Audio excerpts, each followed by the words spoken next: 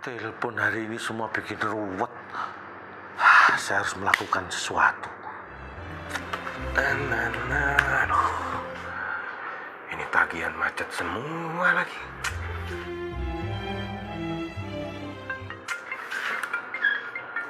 Ada panggilan masuk. Pak Lontong telepon. Halo, Pak Akbar? Iya, Pak. Bapak bisa telepon saya? Iya. Saya telepon Bapak. Ya. Kenapa nggak langsung ngomong aja?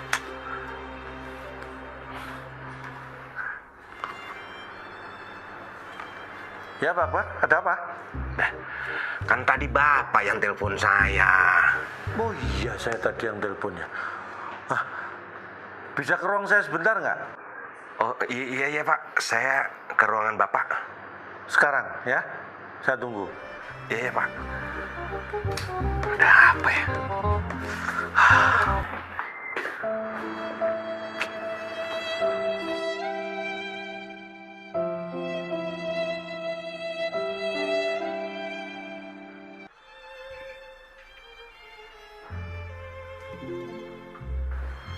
Permisi Pak. Duduk. Ya. Gini, Pak Akbar. Iya Pak. Ini Bapak saya panggilkan sebagai HDR di sini. Mohon maaf Pak, HRD Pak. Oh iya, HRD. Saya saking mumetnya ini. Jadi saya bingung ini Pak, kok kenapa Bapak tiba-tiba manggil saya? Saya kan jadi nggak enak. Pengennya sekali-sekali saya yang manggil Bapak. Gak usah repot-repot. Selama saya bisa manggil kamu, saya panggil aja. Iya Pak, tapi perasaan saya nggak enak Pak. Tiba-tiba Bapak manggil saya ini Pak. Ini memang ada yang mau saya sampaikan. Kamu udah siap belum? Karena saya belum siap nih. Masa Bapak yang mau ngomong Bapak yang belum siap? Jadi gini, Iya Pak. semua kan karyawan mungkin tahu ya kondisi perusahaan sekarang seperti apa. Iya Pak. Banyak kontrak kerja yang dibatalkan. Iya. Pemasukan juga sangat minim. Jadi apa Pak? Jadi prok. Bapak jangan bercanda Pak. Jadi saya harus mengambil keputusan yang sangat berat. Saya terpaksa harus mem-PHK atau merumahkan 100 karyawan yang ada di sini, tapi tenang, nggak sampai semuanya kok. Kayak 50-an lah. Mohon maaf Pak. Karyawan perusahaan kita kan total semua cuma memang 50 Pak. Semua 50? Iya. Berarti termasuk saya yang di-PHK dong nanti. Lah ya gitu dong Pak. Makanya saya bingung. Nah kalau semua saya PHK terus yang mem-PHK saya siapa? Bapak kan owner. Mau PHK siapa? Palingnya di PHK sama istri Pak. Tapi Pak, mohon maaf ya Pak ya. Kalau memang keputusan perusahaan seperti itu, mengenai hak-hak kami bagaimana Pak? Tenang, kalau masalah itu nanti akan saya beri. Alhamdulillah.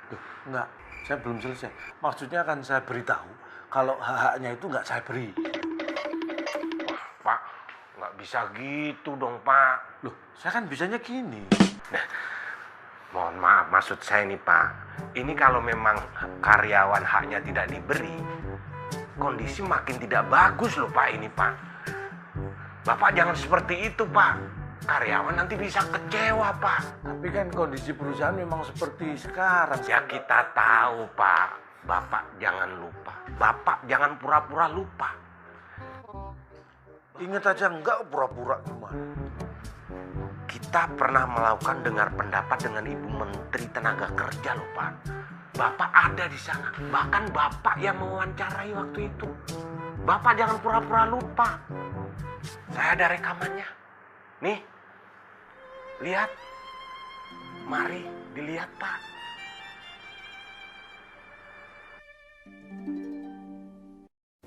Bagaimana kita ini menghadapi kondisi seperti ini? Sebenarnya COVID-19 ini terhadap mungkin dunia usaha dan dunia tenaga kerja di negara kita ini, Bu. Iya, pandemi COVID-19 ini dampaknya sangat luas. Tidak hanya pada aspek kesehatan, tapi juga sudah masuk pada aspek sosial dan ekonomi. hal yang menakutkan kita semua, menakutkan bagi para pekerja, para buruh kita adalah banyak perusahaan yang melakukan efisiensi dalam menghadapi pandemi ini dengan melakukan PHK. Ini yang menjadi kekhawatiran kita semua. Tapi memang itu kemungkinan yang bisa dan besar sekali akan terjadi, Bu ya. Sebenarnya PHK itu Cak Lontong dan Mas Akbar, PHK itu benar-benar pemerintah berharap adalah merupakan pilihan terakhir. Jadi teman-teman pengusaha, saya berharap barangkali tidak hanya dengan Cak Lontong saya menyampaikan begini, saya menyampaikan kepada teman-teman pengusaha, benar-benar PHK itu menjadi alternatif terakhir. Lakukanlah beberapa hal untuk menyelamatkan perusahaan ini. Di antaranya adalah mungkin yang bisa dilakukan ini mengurangi biaya produksi. Kemudian yang kedua mengurangi gaji pegawai tingkat tingginya ya, level BOD-nya mungkin lah. level manajer. Kalau bisa kan Bapak dikurangin gitu gajinya kayak bosnya untuk anak buahnya, mungkin bisa jadi solusi seperti itu. Saya kira itu. Nah, Kemudian yang berikutnya mengurangi waktu kerja. Misalnya hari kerjanya berkurang, kemudian jam kerjanya, jam lemburnya juga berkurang. Kemudian yang berikutnya yang juga bisa dilakukan itu adalah merumahkan sementara sebagian karyawannya. Jadi tahapan-tahapan itu mesti dilakukan Cak Lontong di perusahaannya. nggak asal main PHK aja Pak. Jadi Bisa harus coba dulu untuk efisiensi biaya produksi. Efisiensi itu ya. biaya produksi. Kalau memang itu masih belum bisa teratasi, baru dengan cara tadi misalnya diaudit lagi. Ini, Gaji- kok lupakan gaji pegawainya ini dulu, gaji pegawai tingkat tinggi, tingkat atasnya, manajer sama direksinya. Gaji saya itu kebanyakan nggak sih, coba dilihat. ya Bapak kan bosnya Pak. Jadi paling nggak bisa berbagi dengan yang lain di saat seperti ini Pak. Tuh Mas Akbar sangat fasih bicara Ini kan itu. memang HRD Bu di kantor saya. Karena yang diprotes sama karyawan itu larinya ke saya, ke HRD Bu. Ya saya Betul. kan harus menyampaikan Iya, ke iya. Udah betul, bos saya. Mas Akbar sudah betul. Kalau gaji-gaji itu sudah bisa dievaluasi, masih belum teratasi. Iya. Mengurangi Ini masalah waktu kerja. Mengurangi waktu kerja apakah hari kerjanya atau kemudian jam kerjanya, jam lemburnya juga dikurangi. Nah, itu Nah, berarti misal akan ada berguna. sebagian karyawan yang mungkin Bu ya Senin sampai Kamis, kemudian bergantian yang kemudian Jumat, Sabtu, sama Minggu, tapi tetap semua Tapi bekerja. saya takutnya nanti kalau kamu nggak kerja, nanti malah banyak kerjaan loh. Maksudnya Bu? Biasanya Bu, kalau dia nggak kerja itu kan tidur aja. Kerjaannya tidur loh. Banyak loh. Tadi tidur itu pekerjaan ya? Orang dapat kerjaannya penghasilan tidur. Pak jadinya. Baru setelah itu dilakukan tadi merumahkan Sebagian atau bergantian. bergantian. Bukan di PHK loh Pak. Jadi Cak Lontong, saya sekali lagi berharap PHK itu adalah jalan terakhir. Gitu. Pilihan terakhir kalau semuanya sudah tidak bisa. Ya, tidak bisa mengatasi. ditempuh. Nah, Bu, ini misalnya ini saya sih berharap apa mungkin nanti yang bisa dilakukan itu akan ya teratasi lah. Tapi kalau memang kondisinya yang terburuk, kemudian saya harus melakukan pilihan yang terakhir untuk mem-PHK. Nah ini Bu, apakah saya harus melakukan kewajiban kalau kondisi normal saya nggak berat, Bu. Kalau terpaksa harus PHK, maka Cak Lontong harus memenuhi kewajibannya membayar pesangon teman-teman yang di PHK. Harus itu Bu ya? Harus Walaupun kondisi sesuai dengan seperti- ketentuan peraturan Walaupun perundang-undangan. kondisi seperti sekarang tetap harus itu Bu. Harus, itu sesuai dengan ketentuan peraturan perundang-undangan. Tuh, Pak. Dan itu kan bagi pengusahanya Bu. Mungkin buat kita yang akhirnya harus terpaksa dirumahkan, memang sih kita mungkin akan dapat pesangon. Terus kita nanti mau melakukan apa gitu Bu? Kami menyadari betul bahwa kondisi pandemi COVID-19 ini sudah banyak teman-teman yang dirumahkan. Iya. Bahkan ada sebagian teman yang sudah pengusaha kita memulai mem-PHK. Kalau di prosentase memang lebih kecil ya yang mem-PHK karena sesuai dengan himbauan kami.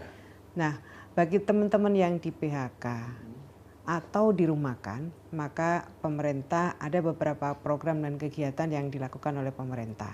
Antara lain memberi kesempatan untuk teman-teman meningkatkan kompetensinya melalui program Kartu Prakerja. Teman-teman bisa melakukan upskilling, melakukan reskilling melalui program Kartu Prakerja. Di samping itu juga secara reguler di Kementerian Ketenagakerjaan ini ada program-program pelatihan di BLK-BLK, kemudian ada program-program padat karya produktif dan padat karya infrastruktur yang ada di Kementerian Ketenagakerjaan.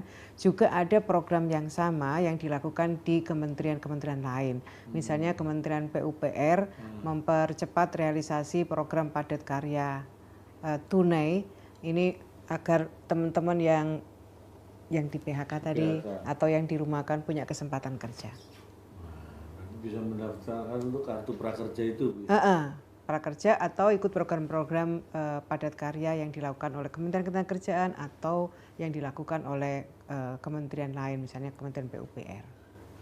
Nah, kalau gini kan jadi Bapak jangan main PHK aja, dievaluasi dulu mungkin perusahaan Bapak bisa lebih memakai efisiensi seperti itu. Tapi yang mungkin yang bisa pertama dilakukan, gaji Bapak deh dipotong dulu Pak buat karyawan Pak. Nggak masalah, saya gini, ini di depan Ibu ya, saya sampaikan ke karyawan. Gaji saya bulan depan nggak usah ditransfer. Karena saya ambil tunai. Dan ini yang ini Cak Lontong saya mau pesan juga kepada teman-teman perusahaan, teman-teman pengusaha, ketika kondisi pandemi COVID-19 ini sudah normal, saya berharap ajak kembali untuk membesarkan perusahaan. Panggil lagi, kalau terpaksa ada yang di PHK nih, panggil lagi. Kemudian kalau sudah normal ya, kemudian yang dirumahkan, ayo kembali bekerja. Jadi ini kan apalagi yang sudah lama bekerja, suasana kekeluargaan itu kan sudah ada. Betul. Saya kira ya ajak kembali untuk ikut membesarkan perusahaannya Cak Lontong nih.